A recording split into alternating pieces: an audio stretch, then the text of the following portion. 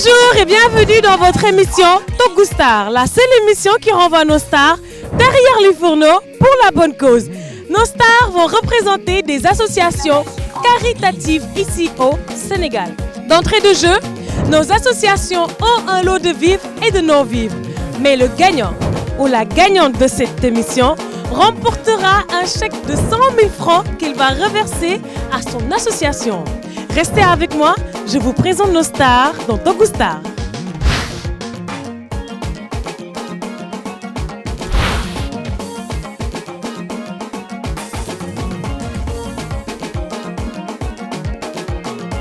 Salam alaikum chers téléspectateurs, man la DJ Padros, animateur iRadio ITV au Média Invent di liggéey foofu il y a quelques temps de cela en tant qu'animateur.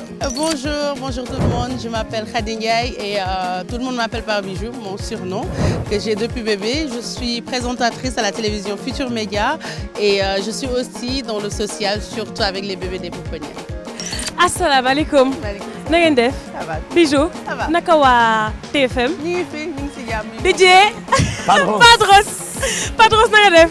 cool naka waa I. tranquille waa I ñu nga fa rek di am tom. Waaw. Di I lo ah. di I ba mu jëm kaw sax. ba mu jëm la tey nag émission bi c'est entre TFM et I. Voilà, moi je dirais pas pour qui je suis pour le moment, je garde ça pour moi. Bijou, na nga def. Aujourd'hui, ban association ngay représenter? Alors, association xale yi pour les enfants des pouponnières. Donc pouponnières yi nekk un peu partout au Sénégal ñoom laay représenter tey suñu amee don bi rek wala chèque bi ñu xool ki si gën a soxla si ñoom rek ñu yóbbul leen ko. ñu yóbbul leen ko parce que j'ai des enfants partout. Touba, Diourbel, Mbour, Kaolack, Parcelles Assainies. bari na. waaw damaa njaboot daal. waaw dama teel a njaboot xalima. DJ. wala boog. DJ. Alors. sa association. Padros Family. Padros Family suma fans club bi nga xam ne yàgg nañu di dox ci volet yu bari. volet social. récemment ñu ngi war a def benn don de sang bu mag comme chaque année dañu koy def bi annuel la en fait. plus souvent dañuy def ay dons yu bari yu ñu jël di ko yóbbu ci camp pénal bi ci ñi nga xamante ni seen loxo jotu seen ginnaaw ci pouponnière yeeg yu bari mais bii nii ñu war a def nii récemment ñu ngi ko war a def ci mois de septembre bi ñu ngi nekk don de sang. Ok mu bëgg nag gagner lépp jël ko yóbbul leen ko. bu ko defee ñu gën a am doole pour don de sang bi réussir daal.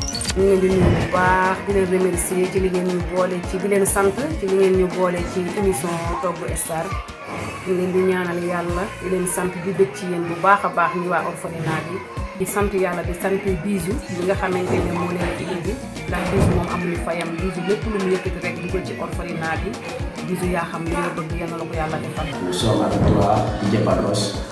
On compte sur toi pour la victoire finale.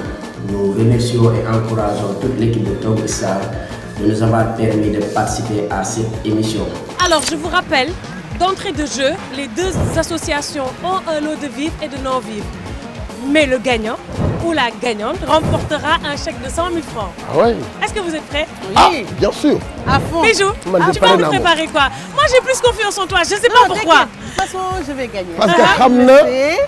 Il le sait, je le sais. moom xam na suma plat. Tu vas préparer quoi?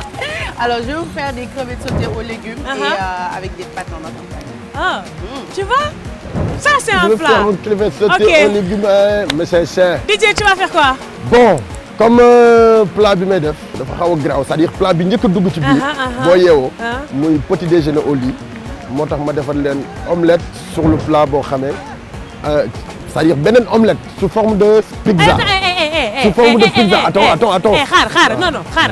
yow da nga bëgg ne sa wax ju rëy ji yëpp association caritative que tu dois représenter amoo loo togg lu dul nen. mais attends defal nànk. non omelette spéciale la. xam nga omelette nen. bari na ni ñu koy toggee. mën nga def nen bati. mën nga def omelette sur le plat. mais omelette pizza. c'est-à-dire voilà omelette la boo xam ne dañ koy def sous forme de pizza. day am ay méchants yu bari du ma wax nag exactement li ci am. mais ci biir togg bi. di ngeen découvrir li ma ci war a def lépp. nen daal nen la. parce que borom Touba Mbacké kon nañ jaxase waañ bi tey. waañ bi laay tasaaroo. Bon, messieurs, dames, je vous rappelle que les associations comptent sur vous. D'accord. Et que vous serez jugés sur la présentation, l'originalité, la propreté, mais surtout le goût. Ah, Bijou, moi j'ai confiance en toi quand il s'agit de goût. jigéen la man góor la. mais dama koy wan ni ko doomu géwël la. Ah, d'accord. Je vous invite à rejoindre vos cuisines. D'accord, jaara sa yoon. Ah, mbokk yi gis ngeen ko vous êtes toujours dans votre émission Togou Star suñu ndaandaan yi nag jaar nañ si ginnaaw waañ yi. Nous vous revenons tout de suite dans votre émission Togou Star.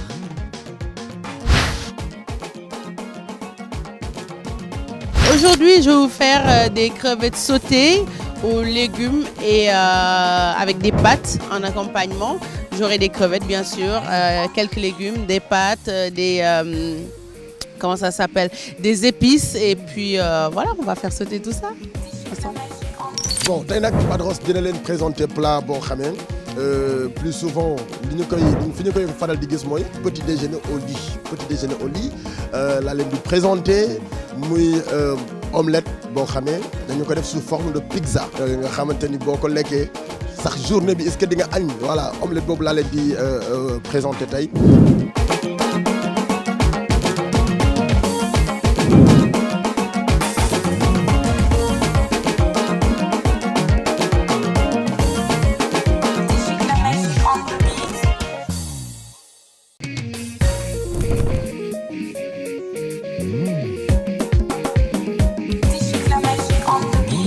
yaa jël allume gaz bi fii xam nga da ngay dugg waañ jàmm di jël ay allume gaz.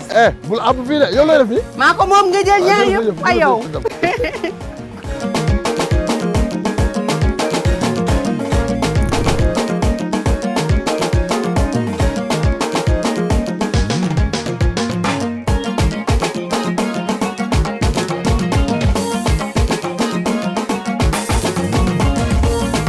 première fois may togg mënuma ko fàttaliku mais mi ngi ma fekkoon Mauritanie su ma mësaan xëy suba teel sama rakk bi day dem def fóot kii raxas kër gi kii dem togg ji soit kii togg kii dem raxasi kii togg kii dem raxas kër gi c'est-à-dire ñun ñett la ñu woon ci biir kër gi noonu lañu suñu yaay doon yaree moo tax togg ay fóot ak yooyu yëpp dama ciy daan sawar pour def ko. Ma première fois en cuisine, c'était horrible. Je préparais du riz à la viande, je pense. Et c'était des vacances où on avait dit que bon, il y aura plus de bonnes à la maison. C'était les jeunes filles qui allaient faire à manger. J'étais avec des cousines. Donc c'était mon tour. Je devais préparer à manger. Je voulais mettre le riz et puis je me suis brûlée.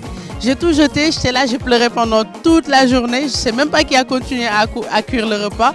En tout cas, moi, j'avais trop mal aux doigts et j'avais pas envie de reprendre. Mais bon, comme on dit, ça arrive en cuisine.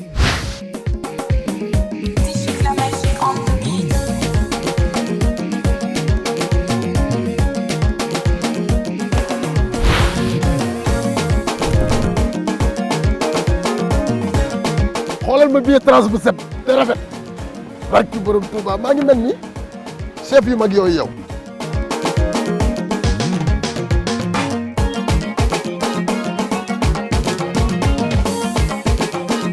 Mën naa la promettre que li ngay def du baax. ah Bijou da ngaa la jëm sa plat rek te bàyyi du baax de.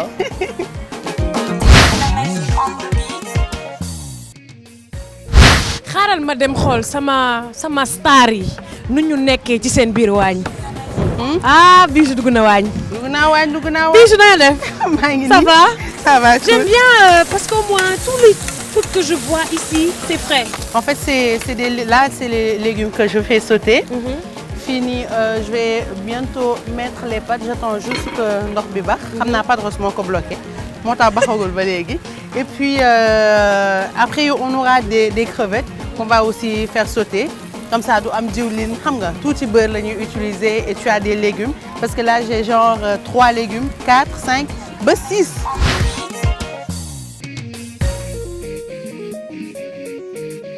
Non mais sérieusement, tu penses que DJ Mi, il a une chance face à toi? Zéro chance. Ah. Franchement, il a perdu. Man lu ma ko doon conseiller mooy mu teel a accepter défaite bi. Waaw. Comme ça mu bàyyi man ma eggali. xam nga dégg naa teel a nangu day wàññi ay dóor. day wàññi ay dóor teel a avoué dafay wàññi ay dóor. yow day dans foofu rek ba mu bëgg a ñëw fii xale du baax. su ma ko aidewul woon du baax ci moom. man dama wax benn njëg bu amul ay ndab. yaa jël samay ndab. yow maa ngi ñëw rek. Bijou, parle-nous de ton association. Alors, l'association, en fait, ça s'appelle Xale Yi et c'est une association bu nga xamante ne dafay agir surtout si pouponnières yi. Parce que souvent dañuy gis ne am na xale yoo xamante ne seen parents yi duñu leen mën a yore donc pouponnières yi dañu leen di récupérer soit si mbedd bi wala ñu récupérer nit sax moo leen fay indi seen benn parent ñoom ñu leen di garder léegi nag ñooñu amuñu ay subventions. Tout le temps ay bonne volonté ñoom ñoo leen di jàppale te ñooñu buñ ñëwul rek parfois da ngay gis comme pouponnière de Diourbel toogoon nañ fi Kaolack plutôt toogoon nañ fi benn période bi nga xamante ne ils avaient 5 jours de ravitaillement moo leen dese woon il a fallu que ñu def benn action pour que nit ñi ñëw yóbbul leen ay dons. laa nii parfois sax dañuy manqué couche dañuy manqué meew. couche meew dañuy manqué xoolal souvent affaire yu mel noonu yu bëri daf lay dal moo tax léegi man moom je me dis chaque année damay def quête pour yóbbu le maximum de dons mais on peut pas jox ñëpp dons pour année bi yëpp parce que déjà rien que Touba y a 400 enfants donc après si tu fais globalité pouponnière yëpp doo sori 1000. kon Bijou xam naa ne bëri nga ay fans waxal ak ñoom.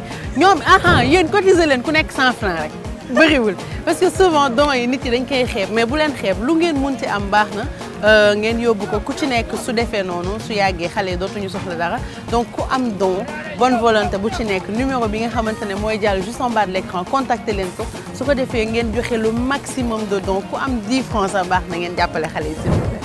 Bijou, je te rappelle que tu seras jugé sur la propreté, la présentation, l'originalité et le goût. Man wóolu naa la gars. noo neex na ba pare. waaw bul bàyyi kenn. du gañe. maa ngi dem seetaan sa concurrent. dama li muy toog neexul de. neexul xeeñul lu ne. asalaamaaleykum. Pados naa def. ça va. Bijou nee na mënoo dara. li gën a bon mooy ci àdduna jeeg bu amul yu ndab. amul ndab de. waaw jéeg bu amul ñëw na ndab fii àbb ma kuddu àbb na ma fourchette ñaan na ma beurre te la muy togg sama beurre la ko toggee. loo ci xamul de. waaw léegi mais déggoo li ma la wax commencement bi toggewul woon beurre diwlin nga doon toggee mu tourné affaire bi jël ko toggee ko ak beurre. te man sama système de togg tey man ma préféré toggee ko ak beurre. waaw mais gis naa ne nag nen du ay caaxaan. moo nen bi nga nen tey du ay caaxaan. xam nga nen ak i nenam. nen ak i nenam. nen ak i nenam. xam nga waaw plus bii moom souvent am na vert jaune rouge. drapeau am na Sénégal tomate am na champignon. dama bëgg sama réew. mais nag ça m'a l'air très bon pour la santé ça. bien sûr parce que dafa bari ay vitamines. yu ñu boole ci togg bi pratiquement boo xoolee am na tomate am na kii nu mu tudd. poivron. am na persil am na persil. am na soble xam nga am na aussi tamit champignon. gis nga li may wax dëgg la mais garaawul amul ndam. sama moom moo jël moutarde bi denc ko ana omelette ak moutarde. gis ngeen man bi ma commencé émission ba léegi sama waañ sama fi laa yor. demoo fa de. demoo ci place am. doo tooñee. ngir yàlla yonent bi yama ci sa place. waa yaa jël moutarde bi denc ko te soxla woo ko. voilà. man Bijou mii damaa yaakaar dañ ko yónni ci man. léegi nga ne waa mais nga foog ne waroo woon saaf yi après doo ko def kii bi. tey nga ma seetaan rek. mais Xalima tey ngay gis lu kenn mës a gis ci réew mi. bilaay léegi. barki borom Touba ak Ndiaye.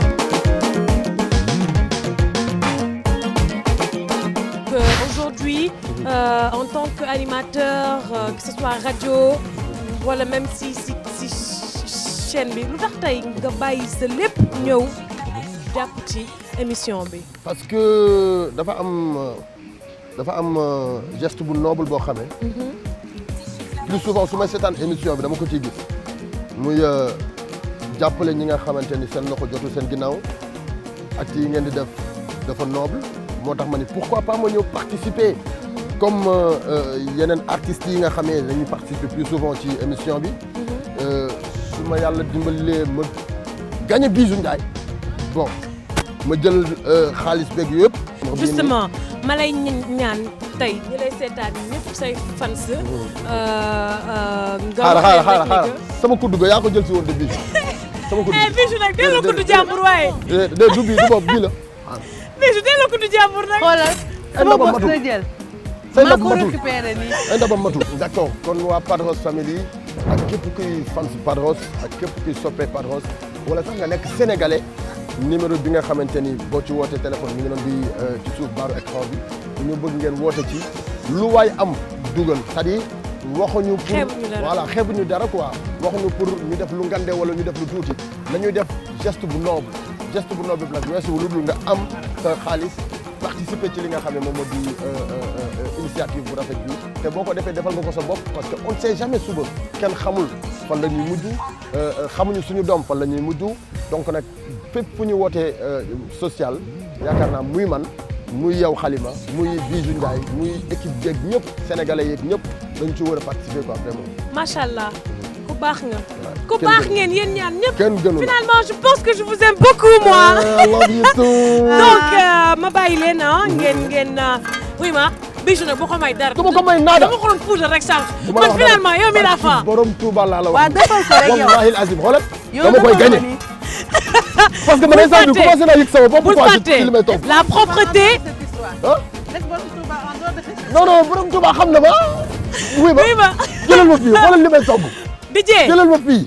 DJ kay wax la point yi propreté. waaw yëpp ci la bokk. présentation Yëpp ci la bokk. originalité ak goût. man xam bul nga bàyyi sa waañ xoolal salté. sama waañ du salté. xoolal ni mu organisé woo. waaw sama waañ du salté. def ko nag waañam kii bu tilim boobu. mbokk yi gis ngeen que vous êtes toujours dans votre émission saa su nekk rek dañuy invité ay dandaan c'est toujours dans l'amour et le partage restez avec nous je vous reviens dans votre émission Togg Star. Le lycée bilingue Berkeley est un établissement d'enseignement bilingue qui accompagne votre enfant de la 6e à la classe de terminale. Le lycée bilingue Berkeley vous propose également un programme riche et unique au Sénégal avec des cours de robotique et domotique, de la culture culinaire, du développement d'applications web, du génie scientifique, une initialisation à la modélisation 3D, du Vovinam Viet Vo Dao, des matières scientifiques renforcées. Le tout enseigné avec le programme officiel anglais et français dans un cadre adapté avec des professeurs compétents. Le lycée Berkeley offre même la possibilité à ses futures élites de faire des stages linguistiques en Allemagne et aux États-Unis. Test d'entrée obligatoire à partir de la 5e. Infoline 77 470 56 56. Lycée Berkeley, l'école des génies.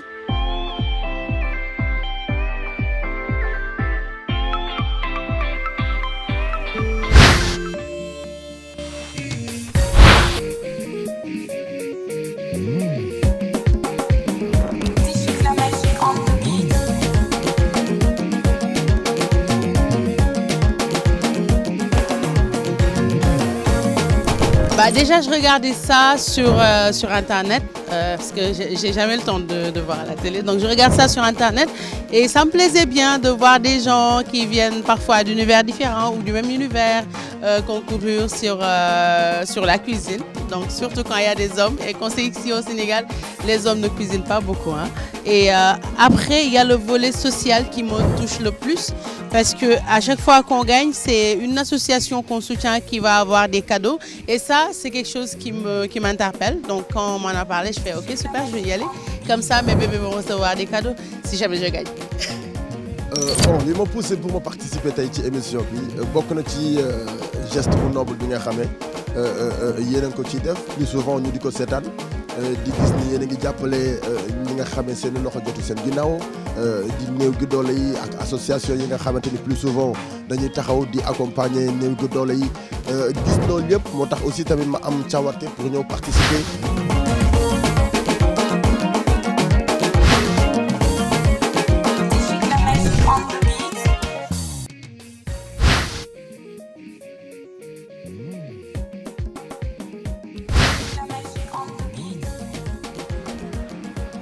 waaw po Ali Baba ku ma nar ku mënul bawoo lu yàqu yow. De retour dans votre émission Togg Star, j'espère que vous avez pris note de la recette de DJ parce qu'elle est extrêmement compliquée. C'est des œufs et des légumes à découper. Juste pour rappeler à nos stars qu'il ne reste plus que 10 minutes. Donc, DJ, il te reste 10 minutes là. Ton plat, il est super compliqué. Bijou. Plus que 10 minutes. Il ne reste plus que 10 minutes pour départager nos stars et accueillir nos membres du jury. À tout de suite dans votre émission Togg Star.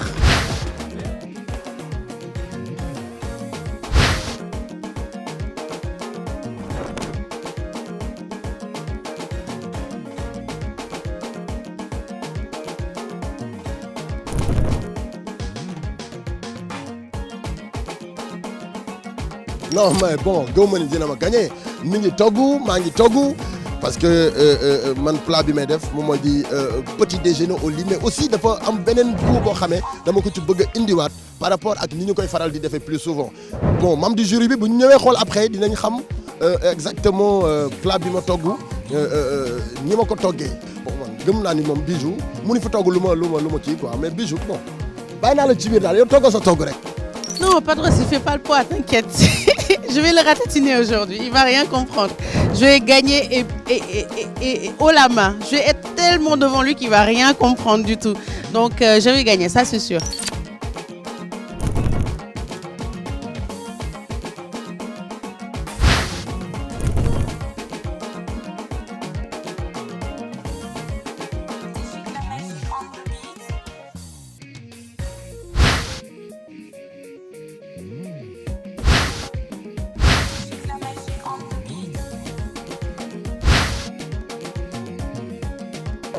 C'est le moment tant attendu, chers téléspectateurs. Il ne reste plus que 5 secondes pour départager nos stars et accueillir nos juges. Vous allez m'aider, nous allons décompter ça ensemble.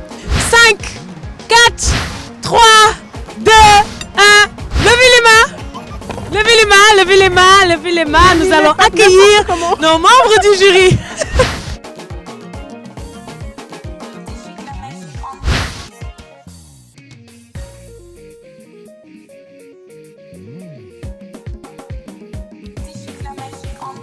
Messieurs, dames, bonjour. Bonjour. Bienvenue dans votre émission Togo Star, la seule émission qui renvoie nos stars derrière les fourneaux pour la bonne cause. Vous êtes là pour les départager. Bon appétit, je vous invite à aller voir nos stars. Merci.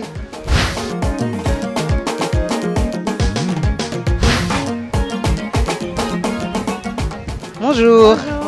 Bonjour. Ça va? Ça va bien et vous? Qu'est-ce que vous avez proposé? Alors, je vous ai proposé des crevettes sautées avec du cumin et une bonne marinade, avec des légumes sautés, plus des pâtes pour la consistance en fait. D'accord, bon, on va goûter. Allez-y, bon appétit. Tenez. Merci. Voilà.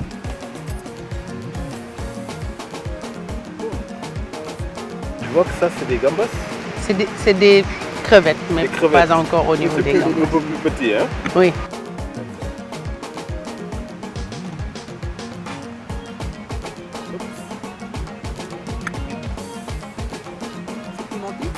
Oui, il y a du piment et de l'ail, du poivre, du sel et oui, des poivrons verts. D'accord.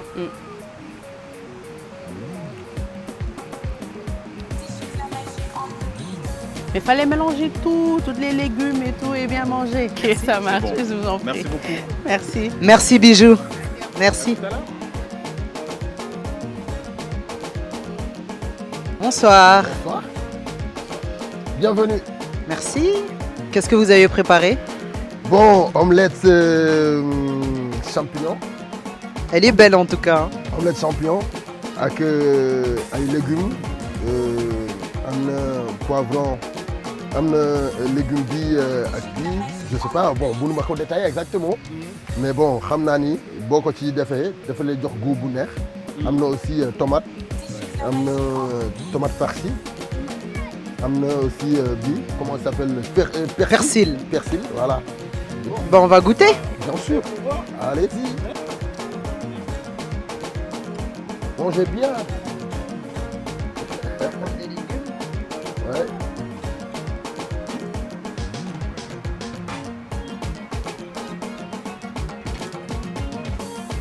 am na tuuti xorom aussi. Ouais.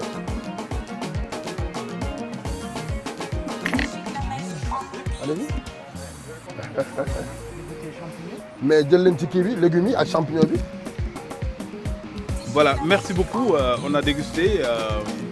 On revient tout à l'heure. D'accord. Comment vous voyez la cuisine? Mais laissez-nous apprécier et après on verra. D'accord. Merci. Merci bien. Merci beaucoup. Allez, Au revoir. merci beaucoup. Messieurs, dames, vous avez dégusté les plats de nos stars. Quelles sont les notes que vous avez attribuées à nos stars? Alors, pour les notes, pour la présentation, j'ai donné à Bijou 7 sur 10 et à Padros 8 sur 10. 7 sur 10 pour Bijou et 8 sur 10 pour DJ Padro. Padro. Ok. Pour la propreté, j'ai donné 10 sur 10 à Bijou et 10 sur 10 à Padros. Wouh! 10 sur 10 en propreté. Hein? On n'a jamais eu des gens aussi propres qu'aujourd'hui. Pour l'originalité, j'ai donné 9 sur 10 à Bijou et 7 sur 10 à Padros. 9 sur 10 à Bijou et 7 sur 10 à Padros. Ok. Et pour le goût, j'ai donné 6 sur 10 à Bijou et 8 sur 10 à Padros. Wouh! Pour le goût, 6 sur 10 à Bijou et 8 sur 10 à Padros. Ah non, franchement, j'ai des frissons là. J'ai vraiment des frissons. Ce sont mes notes qui vont départager là. Bon, pour la présentation, j'ai donné à Bijou 8 sur 10 et à Padros 8 sur 10. 8 sur 10 pour la présentation pour nos deux stars. Pour la propreté, j'ai donné 8 sur 10 à Padros et 8 sur 10 à Bijou. Pour la propreté aussi, nos deux stars ont 8 sur 10. L'originalité, 9 sur 10 à Bijou, 9 sur 10 à Padros. Ah mais vous êtes un juge vraiment clément. 9 sur 10 pour nos deux stars. Ça va venir. Pour le goût. Alors là, il y a un plat que j'ai goûté qui était épicé. C'est pour cela que j'ai donné une note de 8 sur 10 à Bijou. Pour Padros, 9 sur 10. Oh mon Dieu! Oui, ça m'a relâché. Oui, la note cumulée, s'il vous plaît.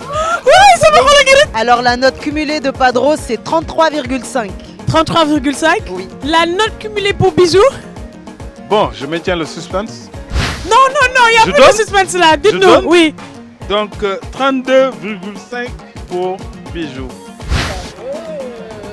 Le gagnant de cette compétition aujourd'hui, c'est Padros. Ouais.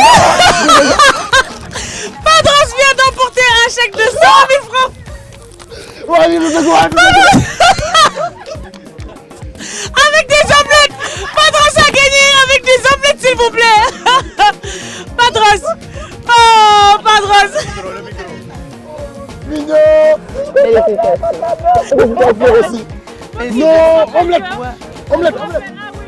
Je vous rappelle que nos associations ont un lot de vivres et de non-vivres.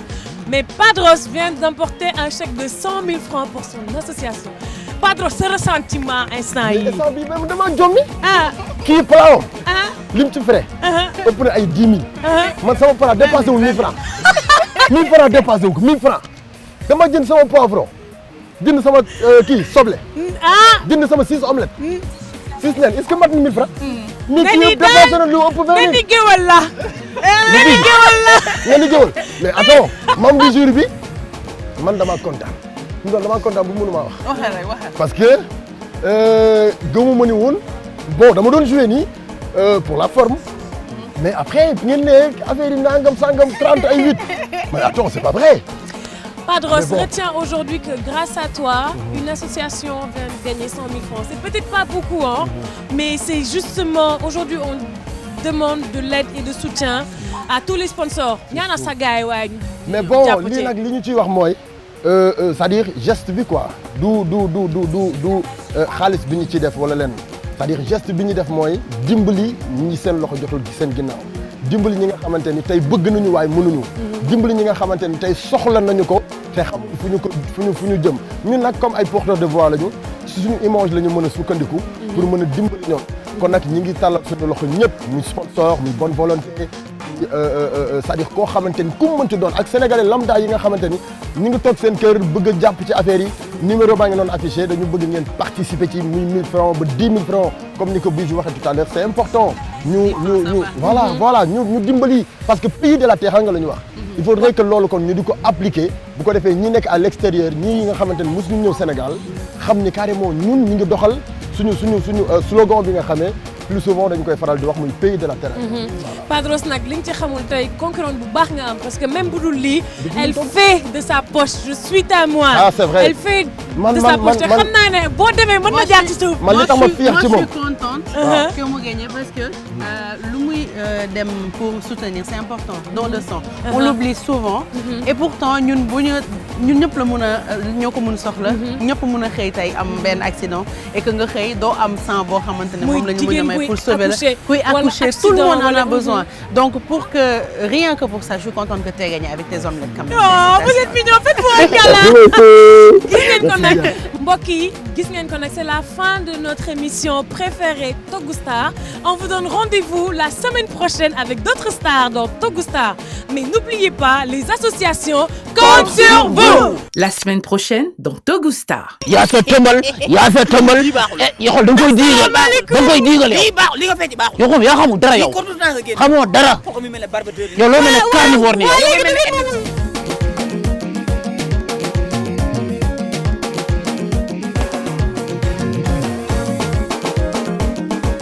du ma ci moromam ci zahir du ma ci moromam ci baatin wax naa leen courant du morom batterie te avion du daw ci kaw tali. yéen bu ngeen ma boole nag nit sax ma xam ne nit ngeen ma booleel mais fekk mbëtt di ma booleeg moom mbëtt xam nga koy booleeg doomu aadama comme yu bon lay togg yu bon xamul lu baax.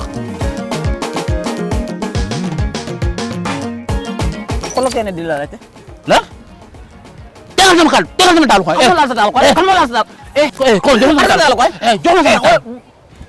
comme dama lay da nga fi xool da nga fi indi sa taalu koy ma indi sama taalu koy. comme dama lay sàmm. yemal sa taal ma yem sama taal. sama taalu koy damay togg indi. kon du ma dem du ma dikk du ma yónnee ku dem dikk wax ma neexal la yaayu Kombe mooy taaw. Tous les mercredis à 20h30, ne ratez pas votre émission préférée, Togou Star. Ce mercredi spécialement, Togou Star invite le monde du cinéma, Kombe ak Maniouk.